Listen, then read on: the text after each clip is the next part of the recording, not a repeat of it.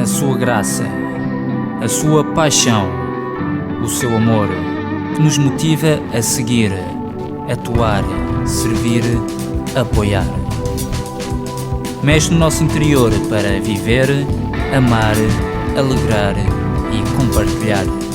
Esse sangue derramado na cruz do Calvário que nos limpa, nos salva, nos lava. Jesus é o nosso Rei.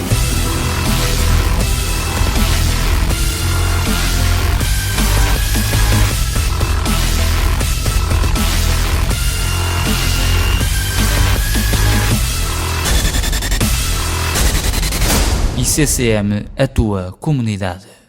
Eu queria, antes de compartilhar a palavra, se me derem 5 minutos, eu queria simplesmente... tenho meditado muito nestes dias sobre... Muitas das vezes a gente fazemos, ou pelo menos eu faço muitas perguntas à minha pessoa, e porque no dia a dia tu tratas com pessoas,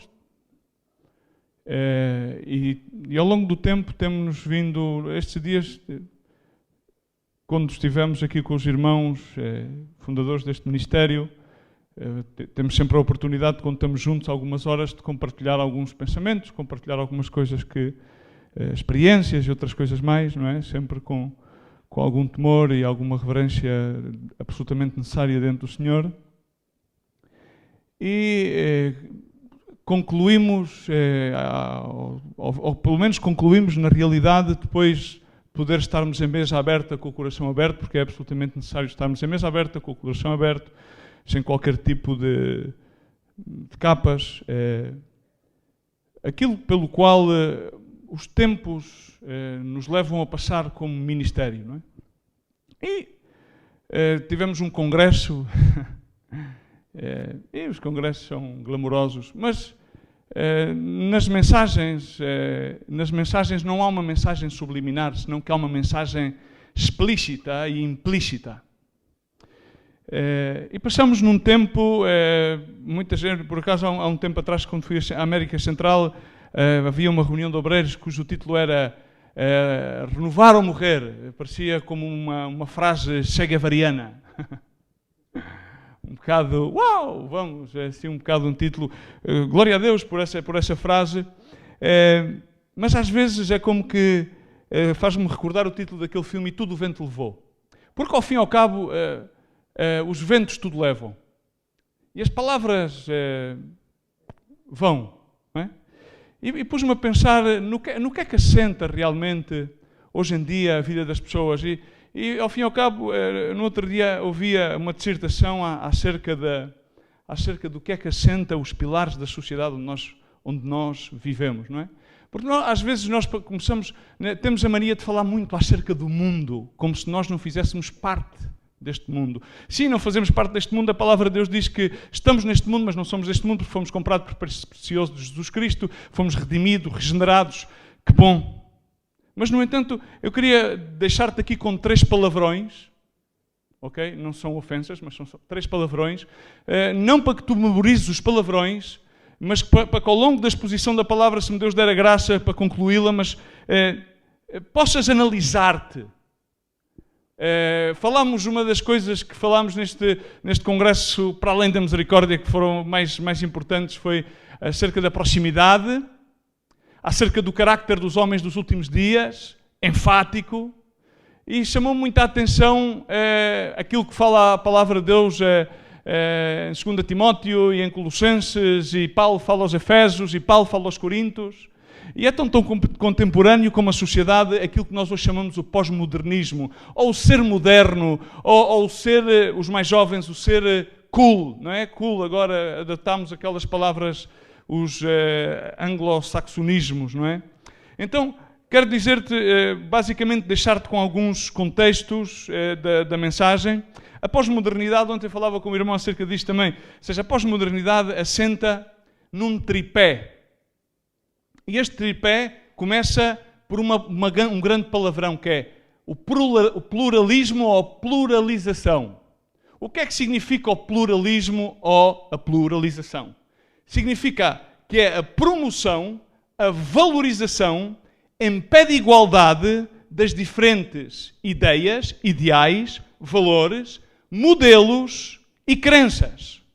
E ao fazer isso, a não valorização de uma verdade absoluta ou de uma verdade que esteja por cima das outras verdades.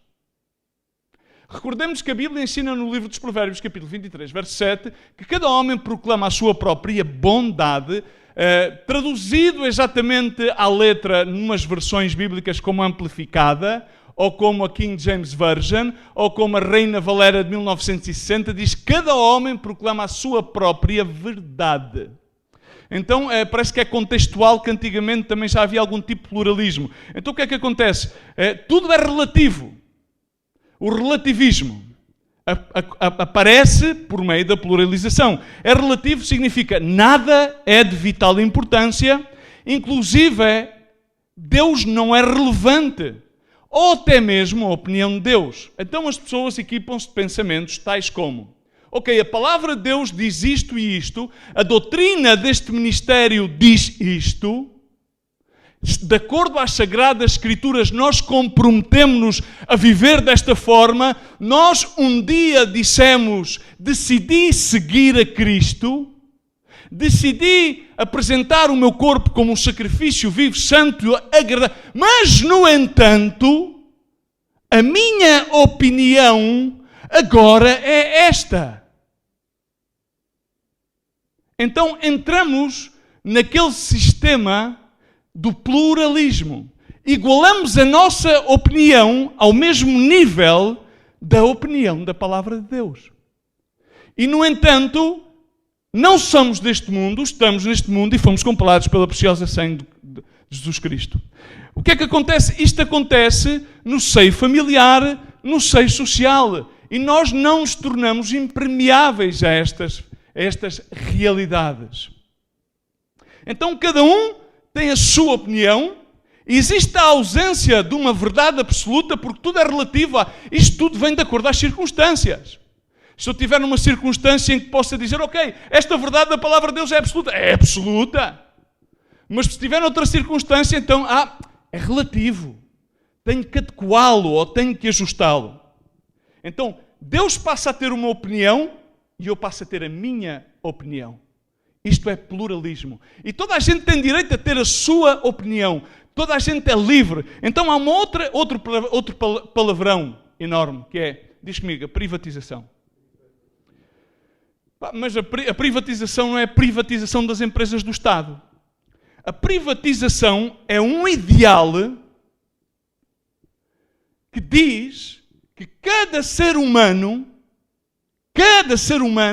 em si mesmo é soberano e as suas escolhas são soberanas e tem direito a reclamar e a proclamar a sua própria verdade e pode e deve viver em função da sua própria verdade, independentemente de tudo e de todos. Isto é a privatização, sinónimo de individualismo, sinónimo de egoísmo. Este é uma das segundas primícias no qual assenta a sociedade pós-moderna na qual hoje nós vivemos. E por último, acontece o terceiro tandem da sociedade pós-moderna, que é, diz comigo, secularização. O que é a secularização? A secularização é nada mais, nada menos de pôr Deus, as crenças religiosas, relegar as crenças religiosas, relegar a Deus aos lugares apropriados, aos momentos designados e afastá-los da vida social num todo. Significa na vida social da educação, das bases familiares. Não, ok, isso de Deus é para o domingo, é para o lugar de culto, mas não é em casa, ok? É na igreja. Não é na escola, é na igreja. Não é na constituição de um país, é na igreja. O Estado de um lado e a igreja do outro. Isso é a secularização. Deus e a sua verdade, as crenças religiosas vão perdendo o seu lugar e vão estabelecendo o seu lugar cada vez mais afastado do meio social onde o ser humano se mexe. Fazendo uma longa história curta, como dizem os franceses, basicamente adotamos ideais baseados nestas frases. Eu tenho a minha opinião. Porquanto na vida, de acordo à pluralização, tudo é relativo. Em seguida, acontece a outra. Uma vez que eu sou um ser individual, então eu é que sei o que tenho de fazer. Por favor, não me venham dizer aquilo que eu tenho de fazer. Eu tenho direito a ter a minha verdade, a minha interpretação da verdade, aquilo que eu tenho de fazer e que não tenho de fazer, sei eu. Por favor, eu posso aceitar que me digam tal ou pascual, mas eu é que sei. E por último, está bem, Deus, ok. Isso para mim é como algo que se tornou socialite, é um hobby, ok? Estamos aqui, mas é no domingo, irmão. A Deus o que é de Deus, a César o que é de César. Está bem, irmão, está muito porreiro. Guarda a tua Bíblia, vamos pô-la lá, para que vejam que somos cristãos. Lá na casa temos umas 2 ou 3 Bíblias à entrada. Inclusive, dizemos, Deus te abençoa. Aleluia. Mas Deus é no lugar de culto. Então, todas estas primícias da sociedade pós-moderna foram se infiltrando na nossa mente. Então nós, de repente, voltamos assim muitos bravos do Evangelho, não é? E começamos a dizer, o mundo não é que eu tenho fé. E então onde é que nós vemos, porque eu quero ir à Bíblia, não é? Porque a Bíblia é que ensina. Eu simplesmente quis deitar um fundamento, uma base daquilo no lugar onde nós vivemos. Estamos aqui? Agora, nesta sociedade, acontecem aqui mais 3 elementos que nós falamos aqui. Aqui, na sociedade, incluiu-se, de acordo a estes 3 princípios, 3 tândems, no qual a sociedade pós-moderna está assente, vimos, a secularização trata com relegar a Deus a um lugar. Trata com que o homem passa a declarar que ele é um ser indivíduo, pois ele mesmo pode, ele tem direito, ele pode reclamar, é uma ilha em si mesmo, e que na realidade todos têm direito a uma opinião, e na realidade pois, as pessoas podem ter uma opinião, mas não existe nenhuma verdade absoluta. Há muitas verdades e todas têm o mesmo pé de igualdade. Isso é o pluralismo. Então encontramos aqui 3 coisas distintas. Deus, estamos comigo? Estamos aqui, fazemos um exercício mental. Deus, diz comigo Deus. A seguir existem as coisas, porque na sociedade estás sentado numa cadeira é uma coisa, ok? Vamos e vimos para casa num carro que é outra coisa. Agarra um microfone, é outra coisa. São meios que nós necessitamos de usar, que são coisas. E por último, existe diz comigo, pessoas. Então, nesta sociedade, a sociedade pós-moderna foi relegando a Deus, esquecendo-se de Deus, amando cada vez mais as coisas, ok? E usando as pessoas. Estamos aqui? Eu recordo-me quando cheguei, muito cedo, há 10 anos, quando cheguei a Portugal, e antes, há 21, 22 anos, há 23 anos, o meu primeiro testemunho a uma pessoa católica, que era a minha avó, a primeira coisa que lhe disse quando testemunhei, Cristo salvou-me e tal, ela disse-me assim, sim, agora o que é que queres, filho? Que eu vá para a tua igreja para te dar o meu dinheiro todo? Automaticamente aquela pessoa com quase 70 anos de idade estava-me a dizer, o que é que queres? Que a tua religião me vá usar a mim e o meu recurso para enriquecer-se. Agora, esse padrão mental exatamente existe por causa disto. A sociedade começa-se a esquecer de Deus, a amar as coisas e a usar a Deus e as pessoas em benefício próprio. Então nós vivemos num tempo que é o tempo que está escrito, e quero então agora começar a levar-te à palavra de Deus, se me permites. E quero ver se encontro onde é que tenho aqui os meus versículos impressos. Ao livro da Revelação de João, ou Apocalipse, onde João, na ilha de Patmos, escreve aquilo que o anjo Deus lhe revela. E há uma mensagem à igreja pós-moderna. Esta igreja pós-moderna, entendemos que nós estamos localizados numa sociedade. Em que tempo é que nós vivemos? Qual é a era em que vivemos? Vivemos o pós-modernismo, não é? A era do modernismo já passou.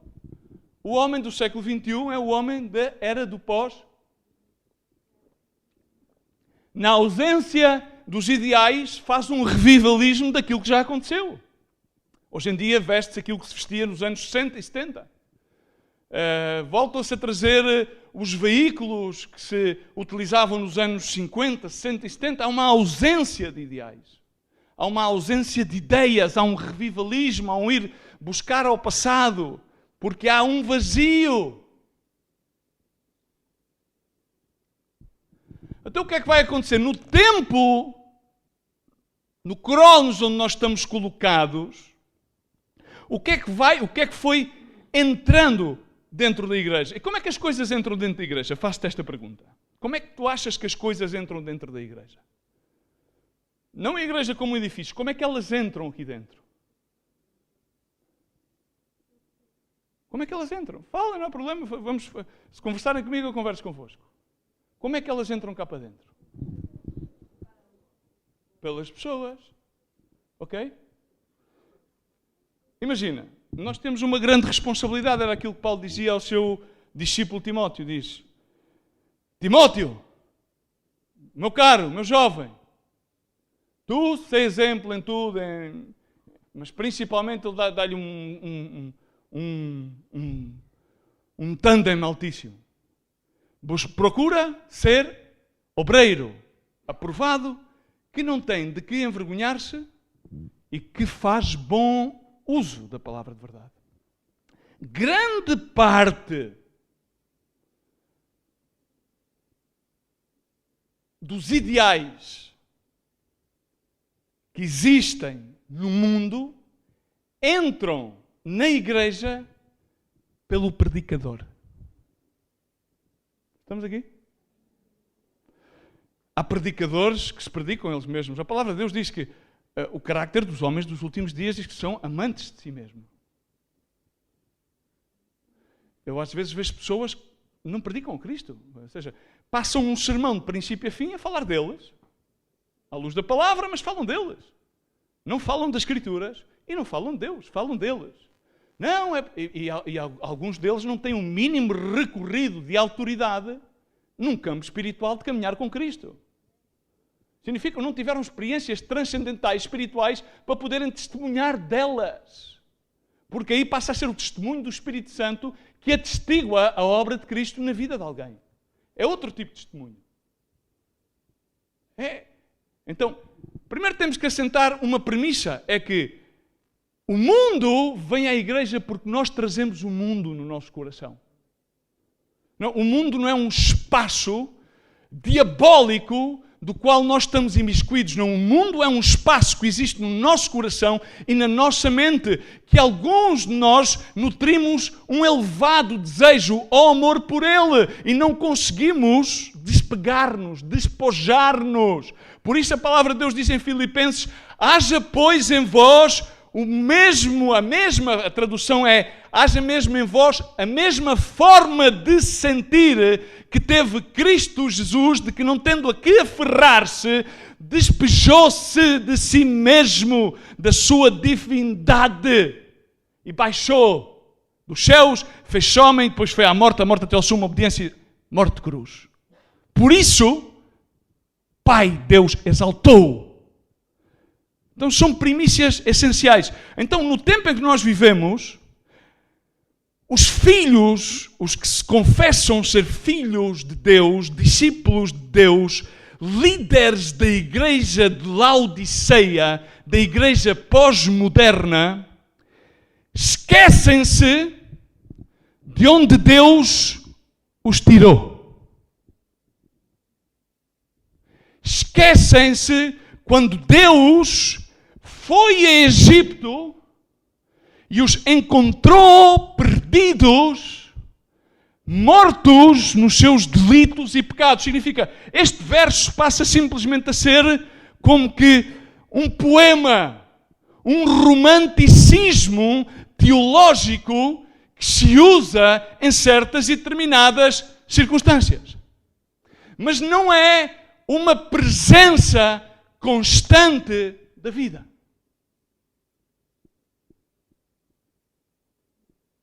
Então, acontece o mesmo que na sociedade. Amam os benefícios de Deus, amam as coisas que Deus lhes dão, usam a Deus e as pessoas e aquilo que fazem pelas pessoas como um meio de justificação. Por isso, continuamente, irmãos, se vocês fazem, e se vêm em KPAs, e se vêm um KPA, e se vão aos YouTubes e se ouvem bem atentamente, e se agarram nas Escrituras e as esquadrinham como seres espirituais, vão ver realmente o padrão pelo qual Deus fala. Porquê obras? Porquê queremos evidenciar tanto? E porquê não nos voltamos simplesmente àquilo que está escrito? A gente fala, os cristãos falam tanto de amor que às vezes aborrece. Porque quando nós vamos a Gálatas 5, quando fala dos frutos do Espírito, não são frutos do Espírito. Não está escrito frutos. Está escrito fruto. E só há um fruto. Só há um fruto. E esse fruto não é um sentimento. Não é uma paixão fugaz. Não é o amor que arde sem se ver, como dizia Luís de Camões. É um ato de vontade, é um ato de abnegação, é um ato de rendição. Mas hoje em dia, na igreja cristã, na igreja de Laodiceia, na igreja pós-moderna, não existe esse sentimento. Existe o sentimento pelo qual Deus fala a esta igreja, a igreja desta era.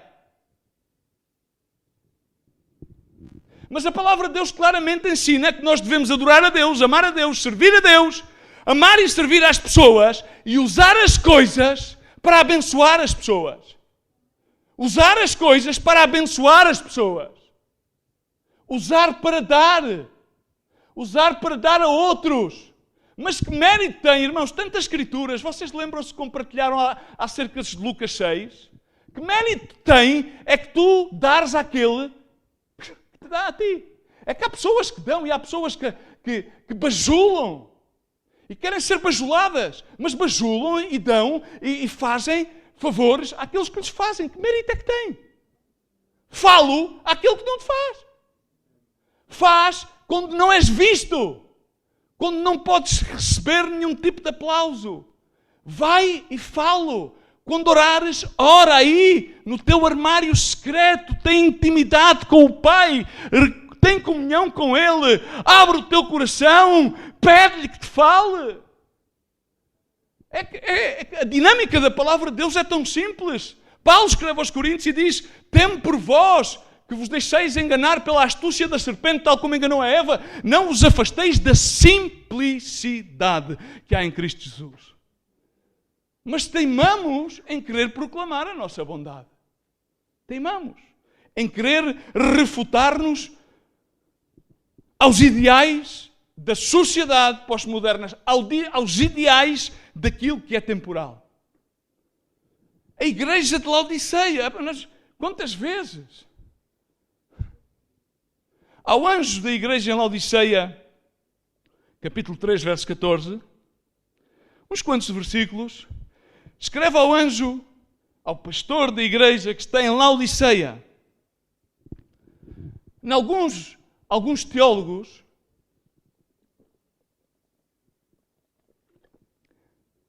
algumas escolas de estudo indicam que esta é a igreja apóstata.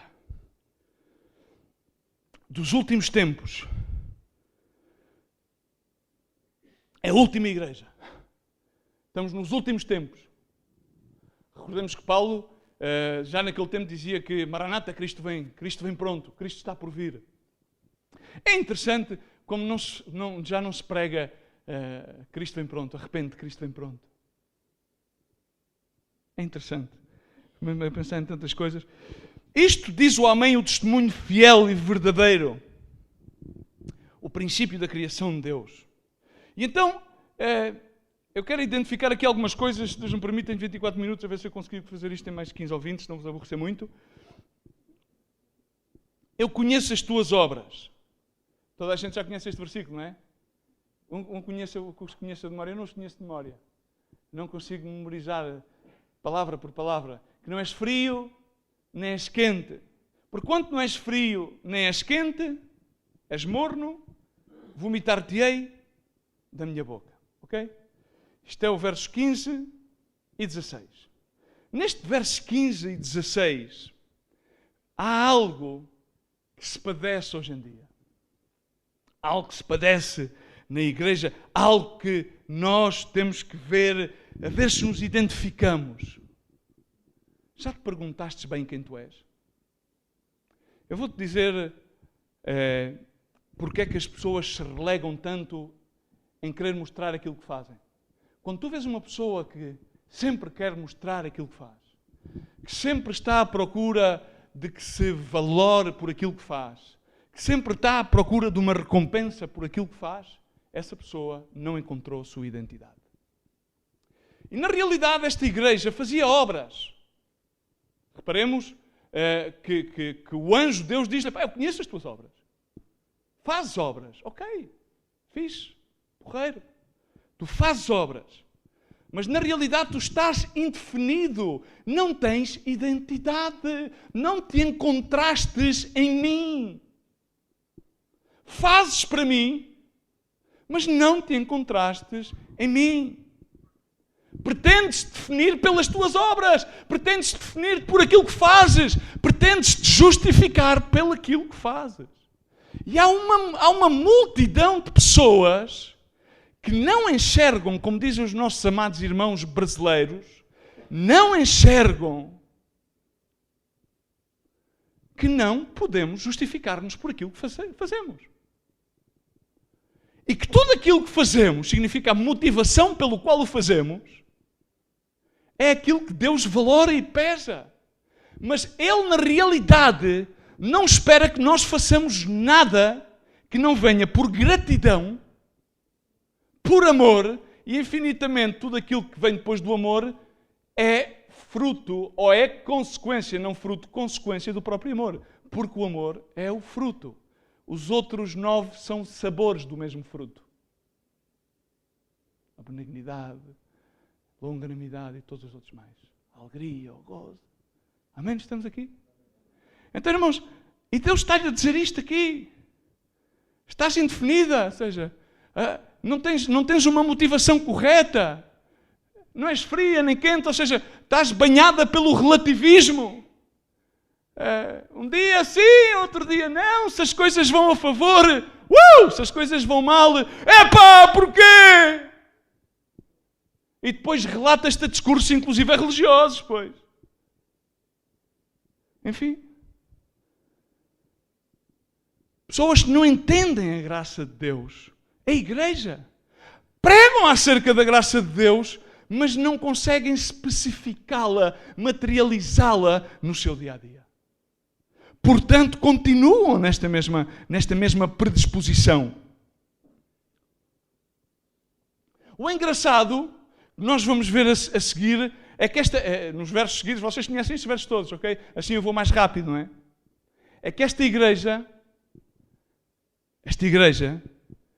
é a igreja dos últimos tempos.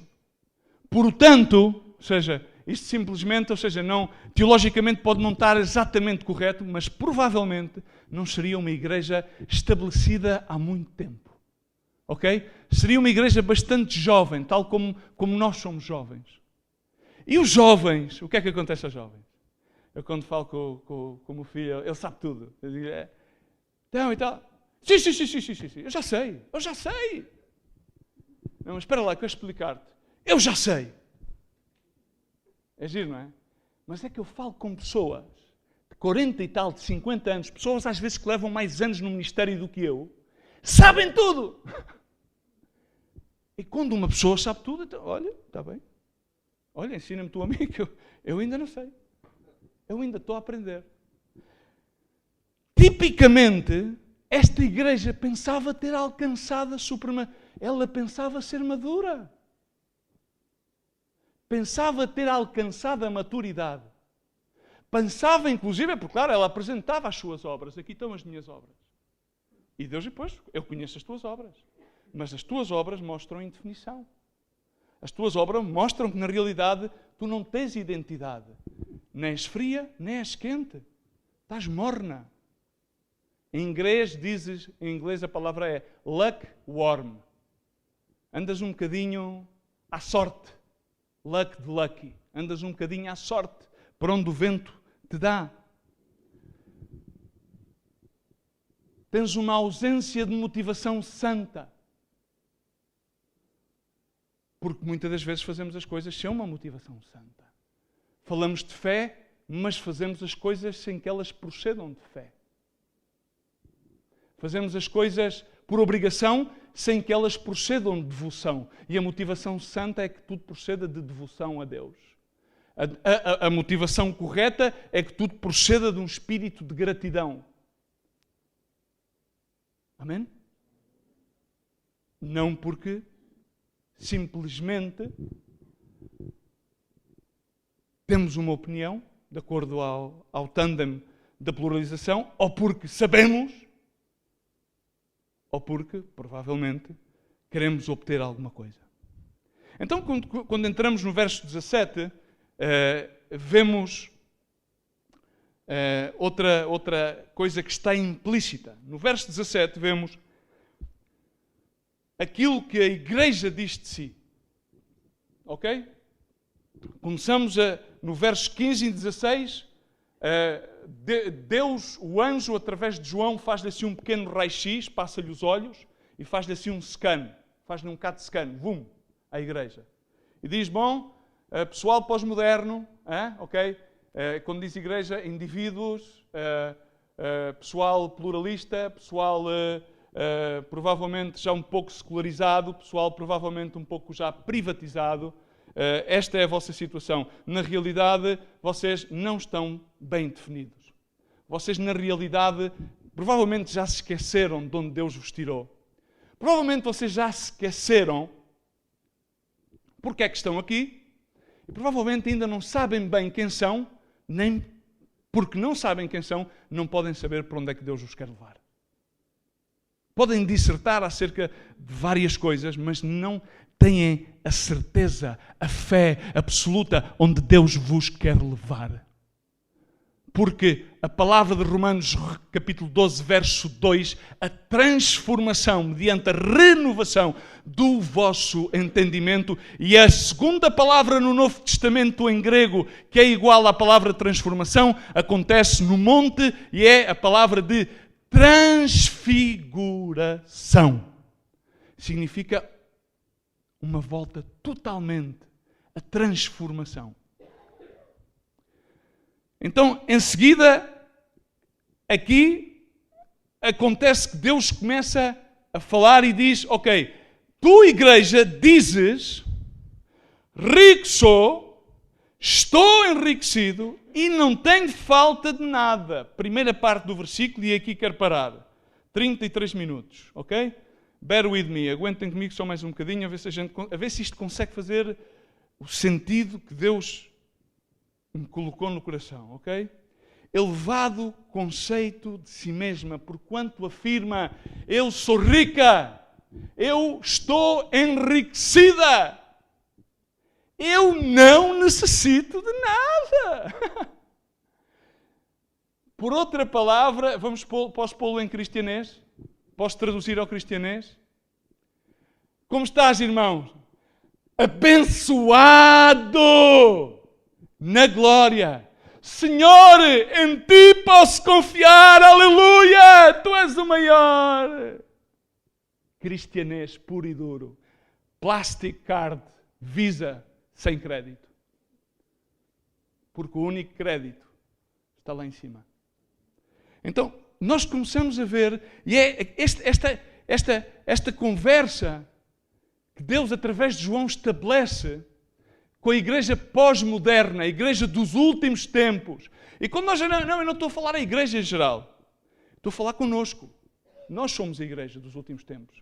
Nós somos a igreja que pensamos já ter alcançado alguma coisa. Nós somos a igreja que depois de praticamente 30 anos de ministério pensamos ser os supra-sumos e ainda nem começamos. A batalha está por começar.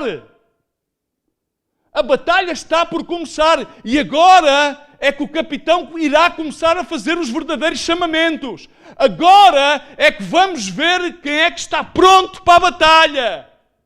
Agora é que vamos ver quem é que vai vestir toda a armadura. Porque o mundo ainda está por ganhar para Cristo. E nós deixamos-nos embabar num cristianismo secularizado por uma cultura pós-moderna e não podemos dizer, não é que a culpa... Não, a culpa é do teu coração, porque é o que o teu coração deseja, é um evangelho Coca-Cola zero. Por causa dos açúcares, para não fazer barriga e para sentir-se aquele gosto especial, aquela efervescência que sobe, mas baixa rapidamente. E apaziguar a tua consciência. A pensar que fazes algum bem. Ainda há muitas almas por ganhar. Ainda há muitas crianças por alcançar. Isto reflete-se na família. Jovens que não têm a mínima visão deste ministério. Não é porque os pastores não lhe apacham, é porque os pais não têm a visão deste ministério. Não têm a visão. Não conhecem para além de 2 ou 3 pilares, que é de fazer algo em troca de algo. E isso não é o reino de Deus. É bastante mais abrangente. Aquele que não deixa pai, mãe, mulher, filhos, por causa de mim, não é digno. A palavra diz literalmente, não é digno. Onde é que está essa parte do Evangelho? Onde é que está a viver essa parte do Evangelho? Onde é que está aqueles chamados? Não vamos voltar atrás, vamos voltar ao presente, vamos voltar ao futuro. Onde é que estão os chamados? Onde é que estão os homens e as mulheres dispostos a tudo por amor a Cristo? De uma forma prática. Não simplesmente teórica. Não, mas não precisam porque têm tudo. Temos tudo. Rica sou, tenho tudo. Não tenho falta de nada. Já sei tudo. Esta igreja tinha um elevado conceito de si mesma. Por quanto ela disse de si mesma, tenho tudo, sou rica, não preciso de nada. É aquilo que está escrito em Romanos capítulo 12, verso 3. Paulo diz, pela graça me foi dada, diga a cada um dentre vós que não tenham de si mesmo o mais alto conceito daquilo que convém, mas pensem de si sobriamente, conforme a medida de fé que Deus repartiu a cada um. E aqui vemos outra vez mais impresso, neste elevado conceito que a igreja tem de si, impresso o princípio da privatização. Uma igreja que está privatizada. Privatizou-se de tal modo que já não precisa de Deus. Está privatizada, ok? Eu estou privatizado, Senhor. Fui privatizado, ok? Autossuficiente. Senhor, entoamos o Teu nome, conhecemos as Escrituras. Senhor, fizestes grandes coisas nos passado. Serviste-nos e a Tua palavra serve-nos como um grão padrão para ensinar histórias na escola dominical, para fazermos excelentes obras de teatro, excelentes filmes evangélicos. E, claro, como não, estendermos daqui uma autoestrada para o céu. Esse é o nosso objetivo principal. Queremos alcançar o céu. Uma das coisas que quero pensar compartilhar convosco é acerca da oração do Pai Nosso, assim seja na terra como no céu. Há um grande significado acerca dessa parte da oração do Pai. Irmãos, mas nós queremos uma autoestrada para o céu e, de preferência, aí aplicamos, não, Deus já pagou a portagem, assim que nós agora é grátis. Vamos para cima. Trato tudo, eu é que sei, não tenho necessidade de nada. Uma igreja sábia em sua própria opinião. Não sejas sábio aos teus próprios olhos. Teme ao Senhor, diz a palavra de Deus em Provérbios 3:7. Incrível. Uma igreja sábia aos seus próprios olhos, que perdeu o temor de Deus. É incrível como cada vez mais, às vezes, uma pessoa vai por diversos sítios. E quando digo às vezes, digo isto porque o vivo e vou e vejo. Já no outro dia estava a ver vídeos sobre a remar em vários países. Não vou enunciar os países, mas países pois, que também tenho passado por eles nos últimos tempos. E vês, quando estava a meditar nisto, ou seja, eu estava a ver exatamente a aplicação do pós-modernismo na obra. Não é? Em nós, nas famílias, nos jovens que estão à deriva. E vês como a obra, em vez de realmente madurar espiritualmente em conceito de identidade, em conceito de crescimento, de nutrir-se e de crescer, de firmar as suas estacas e de as alongar, tal como diz a palavra de Deus em Isaías, veio em decréscimo. Tac, tac, tac. Então eu punha-me a perguntar, Senhor, e porquê? Porque o mais fácil muitas vezes não é que há má gestão. Não. Deus não tem problemas de má gestão. Deus não tem problemas com os maiordomos infiéis, porque são tirados. Não tem problema com isso. Deus não tem problemas económicos. Agora, Deus não pode fazer nada com uma igreja tal como Laodiceia que não se arrepende dela mesma. Deus aos maiordomos infiéis retira-os. Porque no meio dos maiordomos infiéis há sempre um que é fiel. Se nós vamos às parábolas, vemos. Encontrou-se sempre aquele que era fiel. Aquele que ia, multiplicava e Deus dava e dava-lhe ele para que ele multiplicasse mais. E esse não é o caso. Não é o caso da infidelidade. Não é o caso da infidelidade. É o caso da disposição. É o caso de estar disposto a aprender os preceitos, tal como o salmista escrevia no Salmo 78, que sejam ensinados de geração em geração e que não aconteça o mesmo que aconteceu com os teus pais, estava a referir-se a Jacó, que se rebelaram contra os teus ensinamentos, contra os teus preceitos, contra as tuas leis. Mas assim é. Igrejas, pessoas dentro do ministério, mas que estão privatizadas. A mim não. Eu é que sei acerca da minha vida. Tu não dizes-me a mim alguma coisa que tenho que isto. Não. Eu é que sei. Ok? Acerca de mim e dos meus, eu é que sei. Não vou... Isso são interpretações. Eu tenho a minha e aqui não há verdade absoluta. Não sei que grau de compromisso é que hoje em dia existe com Deus, com o ministério no qual Ele nos pôs. Uma igreja que, na realidade, vendo neste verso 17, diz: não sabes que és um desgraçado, um miserável, pobre, cego e nu. Estou a ler da Almeida Revista e Corrigida. Desgraçado significa que já está fora da graça. Perdeu a graça, está ausente da graça. Está debaixo de uma cobertura física, mas não tem a graça de Deus. É engraçado como Lot, quando estava com Arão e prosperou, estava com Arão e prosperou, e aquilo foi uma maravilha para a sua vida, ao ponto que durante... com Abraão, desculpem, agora fui-me ao Arão, o Arão que estava com Moisés. Às vezes uma pessoa mistura, porque são duas ilustrações que encaixam perfeitamente aqui. Lot estava perfeitamente enquadrado com Abraão, a vida ia-lhe bem, era um avenediço da fé, ou seja, ele estava ali, vivia à sombra da fé de Abraão, ou seja, ele foi com Abraão e a vida foi-lhe bem, prosperou, aqui foi uma glória bendita, não é? Ao ponto depois que teve Abraão, como é que é?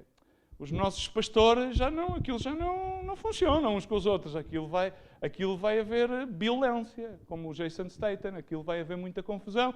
E então Abraão, um homem espiritual, disse-lhe, pois olha, Lot, levanta os olhos e tu mesmo escolhe o que é que queres escolher para que tu vás e escolhas. E ele escolheu as campinas, e escolheu o terreno fácil e terminou em Sodoma e Gomorra. Terminou em Sodoma e Gomorra, nas suas próprias. Terminou, enquanto esteve debaixo da graça, foi uma maravilha. Quando saiu da graça, da cobertura, foi para a desgraça. Mas ele pensava que ele era o maior, era o pastor número 1. Ou seja, ele pensava, não conseguia entender que era porque estava debaixo de Abraão. Ele pensava que era, eu, Lot, eu e os my men. One love. Tinha uma data de gado, aquilo era, prosperou, aí foi ele. E terminou, já sabemos como é que ele terminou, não é? A ilustração de Moisés e Arão é para depois, ok? Se tivermos tempo, 44 minutos, me derem mais 5 a ver. No verso 17, há aqui uma palavra, diz comigo, inconsciência. Esta igreja estava inconsciente do seu estado. Um estado de desgraça, de miséria, que estava pobre, mas ela pensava que tinha muito, que estava cega e que estava nua, mas ela pensava-se vestida de riquezas, adornada por tudo aquilo que fazia, não é? E na realidade é patente em como muita gente não sabe qual é o seu estado. Estão alheios à sua realidade. Não sei se vocês têm as mensagens, por exemplo, diz que a palavra de Deus vem a fé vem pelo, ouvir, ponto, e ouvir a palavra de Deus. O que acontece é que às vezes as pessoas ouvem qualquer barbaridade de coisas, e ouvirem qualquer barbaridade de coisas também se deixam influir por a barbaridade de coisas que ouvem, não é? Mas quando tu ouves a palavra de Deus, e ouves o que diz o Espírito, por isso diz, e aquele que tem ouvidos para ouvir, ouça o que o Espírito diz à igreja. Por isso é que termina grande parte das mensagens, nomeadamente das cartas às 7 igrejas, terminam quase sempre assim, ok? E muitas outras escrituras sagradas terminam desta maneira, não é? Então, muitas pessoas estão alheias da sua própria realidade. E quando nós estamos alheios, sabes como é que nós fazemos para estarmos alheios à nossa realidade? Alguém é capaz de me responder esta pergunta? Enquanto eu bebo um pinho de água. Eu não ando a estudar psicologia. Hein? Sabes como é que fazemos para estar alheios à nossa realidade?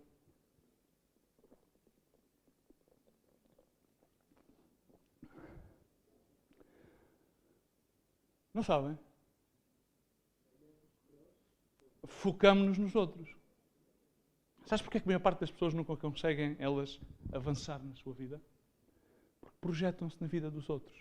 É como os pais que desejavam um dia ser de uma certa e determinada maneira, ser um excelente profissional nisto, e então, como frustrados por não terem alcançado, então tu vês coisas como estas coisas dos kids, não sei o quê, e então eles colocam os seus filhos a cantar a uma idade tenra e expõem-nos como aquele miúdo que lhe puseram umas orelhas de burro na televisão e não sei o quê, que aquilo foi um caos.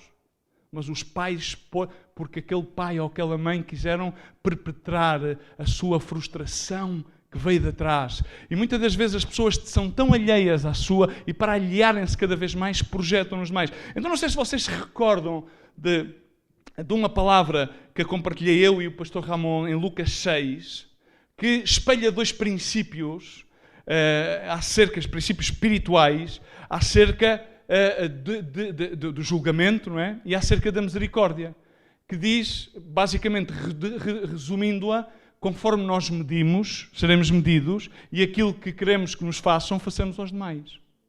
Então, o que é que acontece? Esta igreja, e nomeadamente o estado das pessoas que fazem parte desta igreja, ou estão nesta igreja, elas como indivíduos, e se nós olharmos como a igreja se vê, ela é totalmente oposto de como Deus a vê. Não é? Ou seja, a igreja vê-se enaltecida, suficiente por ela mesma, vê-se rica, vê-se super, tremenda, e Deus não. Deus vê a desgraçada, vê a sem graça, vê a miserável, e aqui vemos exatamente esses princípios que foi acerca de ser miserável, foi uma ilustração acerca de ser miserável. Porque o que é ser miserável? Recordam-se do conceito do que é ser miserável? Compartido pelo pastor Ramon no Congresso. Foi fim de semana passado. Foi nomeadamente no sábado. Nós atribuímos o ser miserável a alguém que não tem nada. Não, mas uma pessoa miserável é uma pessoa que é tacanha, é uma pessoa que é avara e é uma pessoa que deseja ter tudo aquilo que os outros têm e que nunca está contente com aquilo que ele tem.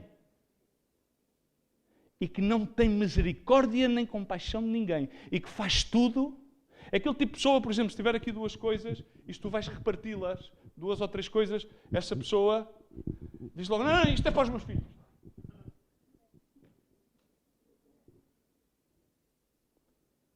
Tem um espírito miserável.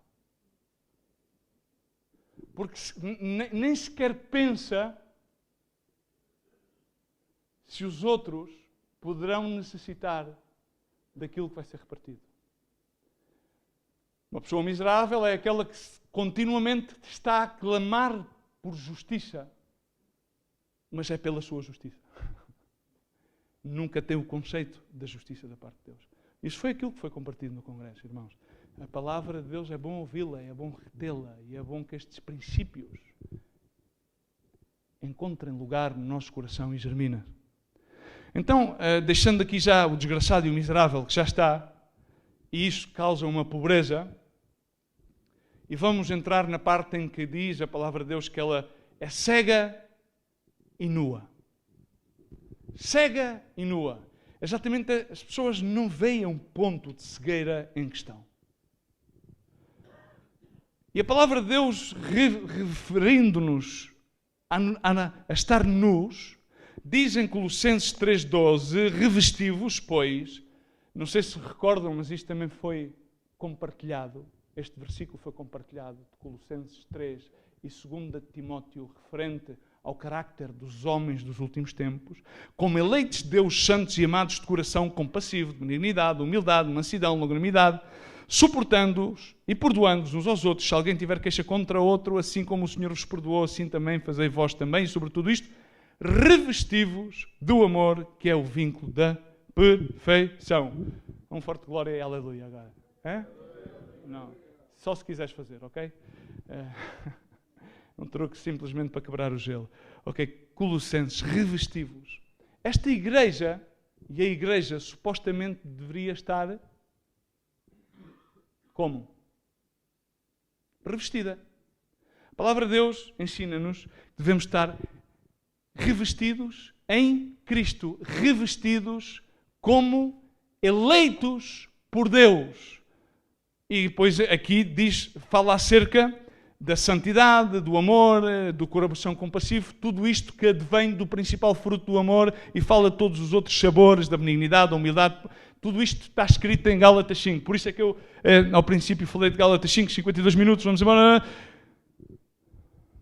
Então, no verso, vemos que aqui está a falar acerca de estar. Mas esta igreja, que deveria estar, reparemos que esta igreja fazia-se, estas pessoas fazem-se como que já, elas por elas mesmas dizem, não, já alcancei uma maturidade. E uma pessoa, quando alcança uma maturidade em Cristo, está como? Nua? Não, está revestida. E estar revestida de Cristo, o que é que significa? Não, pelos dons os conhecereis, pelos frutos. E os frutos é o quê? É fazer coisas bonitas? Não, é ser longânimo, é ser compassivo, é ser humilde, é ter mansidão, é suportar, é perdoar, é ser obediente, é ter capacidade de abnegação, é ter capacidade de sacrifício. por amor a Deus, por amor ao próximo. Estamos aqui? Este é um evangelho novo. É em prol dos... Estamos aqui. É saber ao que é que fomos chamados.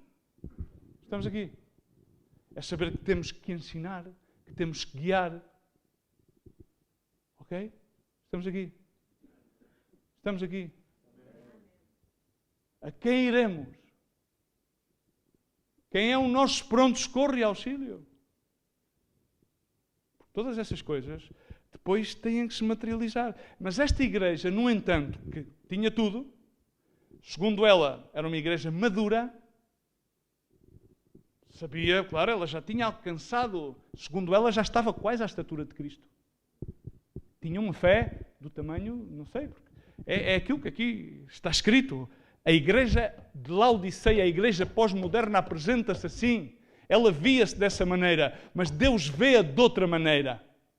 Deus vê-a tal como ela é, uma igreja privatizada, uma igreja pluralizada, uma igreja totalmente secularizada, onde os filhos que vêm atrás provavelmente estão totalmente estéreis. Se ela está cega, como é que vão estar os filhos? Vão estar cegos. Se ela está sem identidade, como é que vão estar os filhos? Vão estar sem identidade. Se ela não sabe porque é que faz, como é que vão estar os filhos? A fazer o quê? A fazer o que é que estão a fazer? A pensar que simplesmente o cristianismo ou servir a Deus é um conjunto de regras aborrecidas e que não é um privilégio e é uma alegria. Em vez de ensinar que devemos saber estar em todas as circunstâncias, responder sempre com pronta resposta, com mansidão e ter a resposta adequada de acordo aos parâmetros da palavra de Deus, e isso é estar revestido. Revestido é ter os argumentos de acordo à palavra de Deus, de acordo aos princípios da palavra de Deus, e não de acordo aos princípios da sociedade na qual onde nos vivemos. Não de acordo à minha opinião, mas de acordo à opinião de Deus.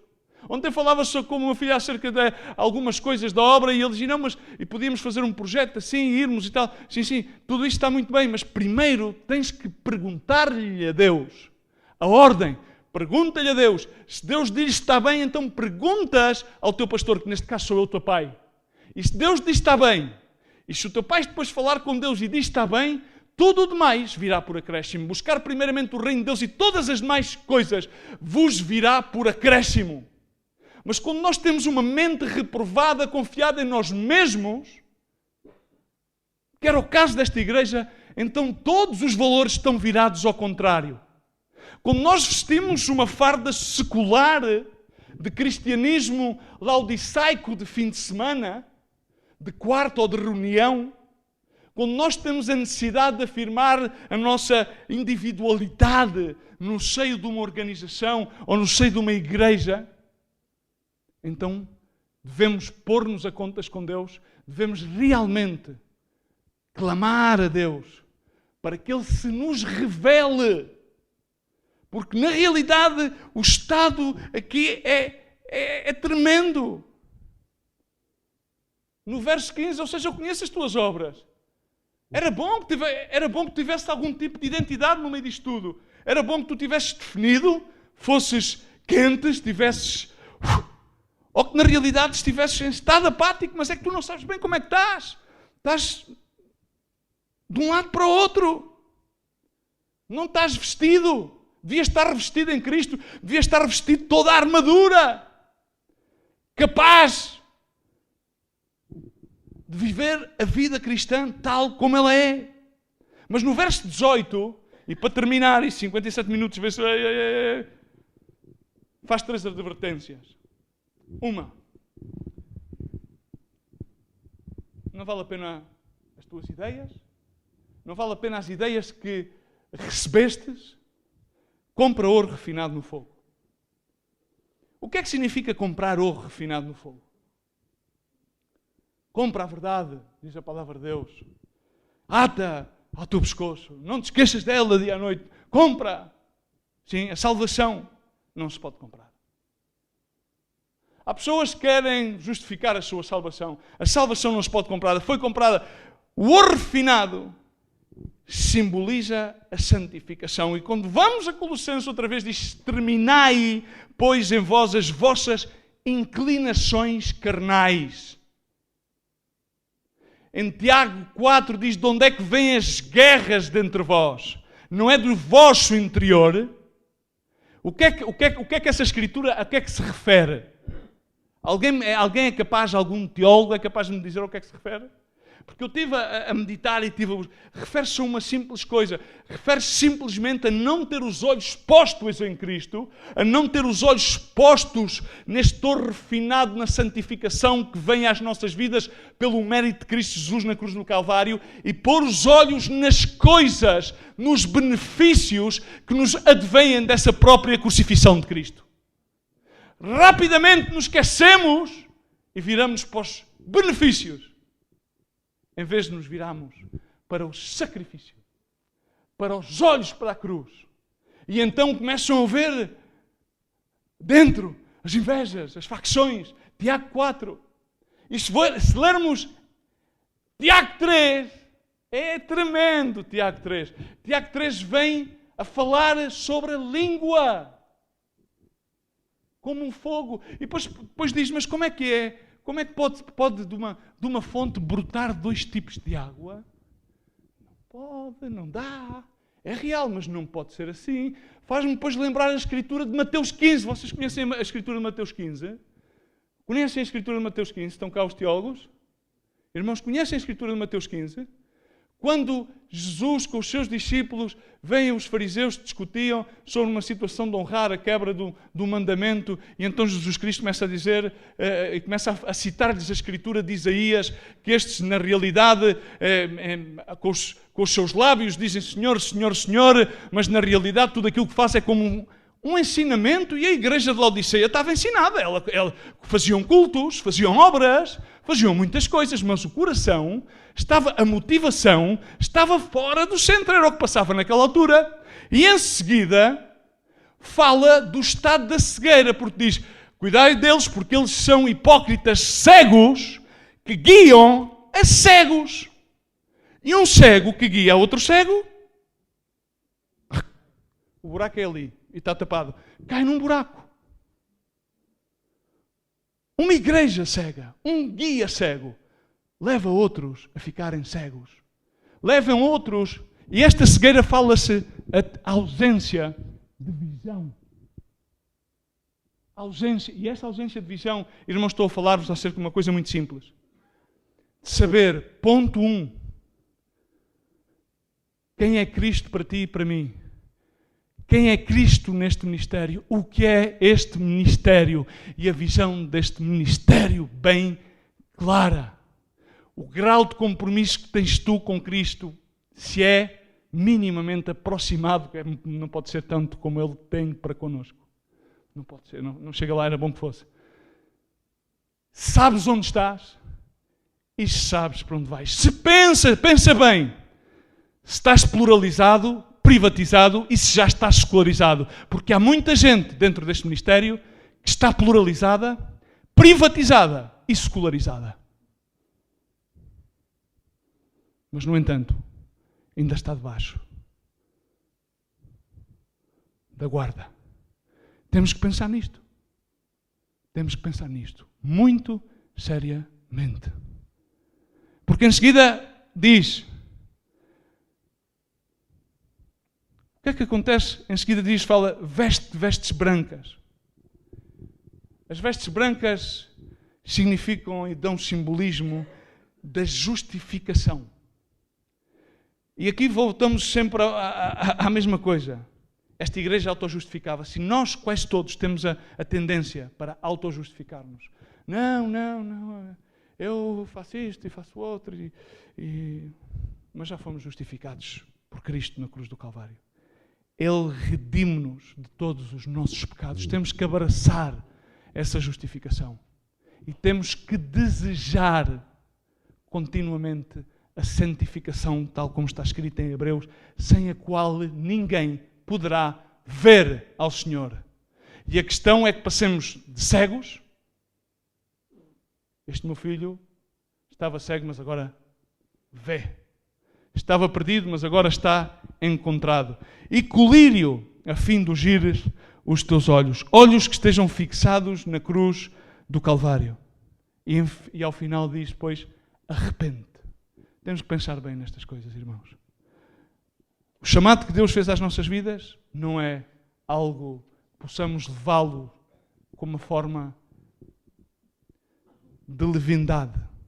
Devemos pensar nisto muito bem, porque estamos em tempos de viver exatamente o estado da igreja de Laodiceia, uma igreja contemporânea. Quero terminar lendo Hebreus 12, 1. E na realidade esta escritura, o que o autor da epístola dizia, temos à nossa volta, rodeados um tão grande nuvem de testemunhas. Deixemos todo o embaraço, tudo aquilo que nos embaraça. Vê bem o que é que te embaraça. Há coisas que nos embaraçam.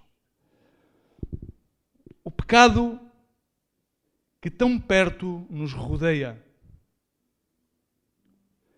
E corramos com perseverança a carreira que nos está proposta.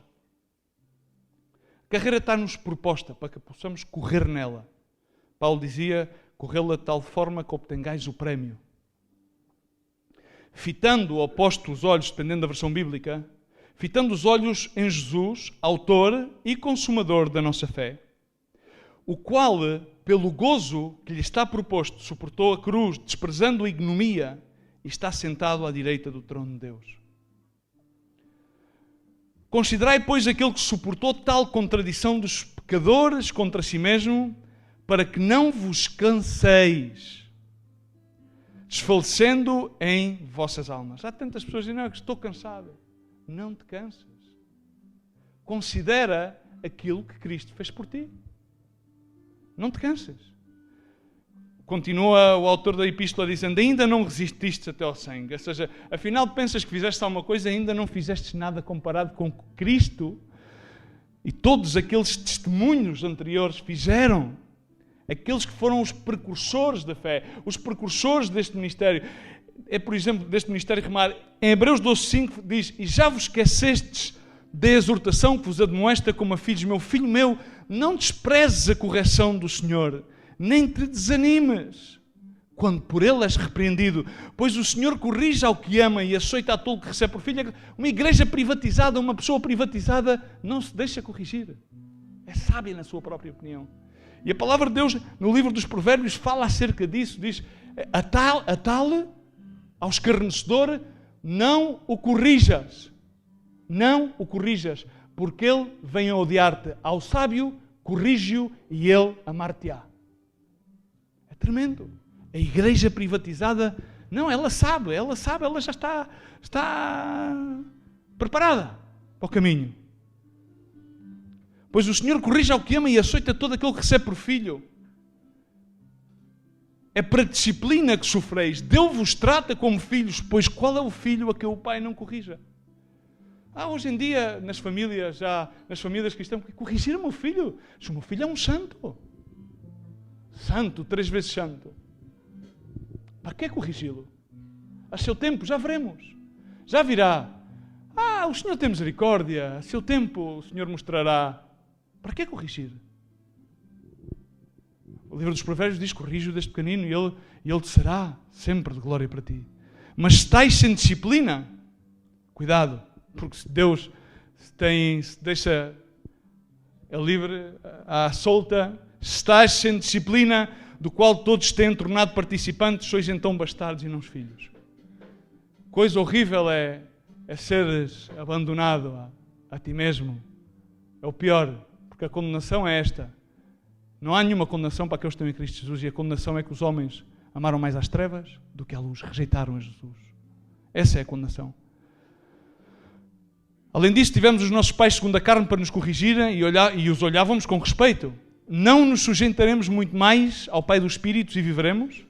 Pois aqueles que por pouco tempo nos corrigiam, bem como lhes parecia, mas este para o nosso proveito, para sermos participantes da sua santidade.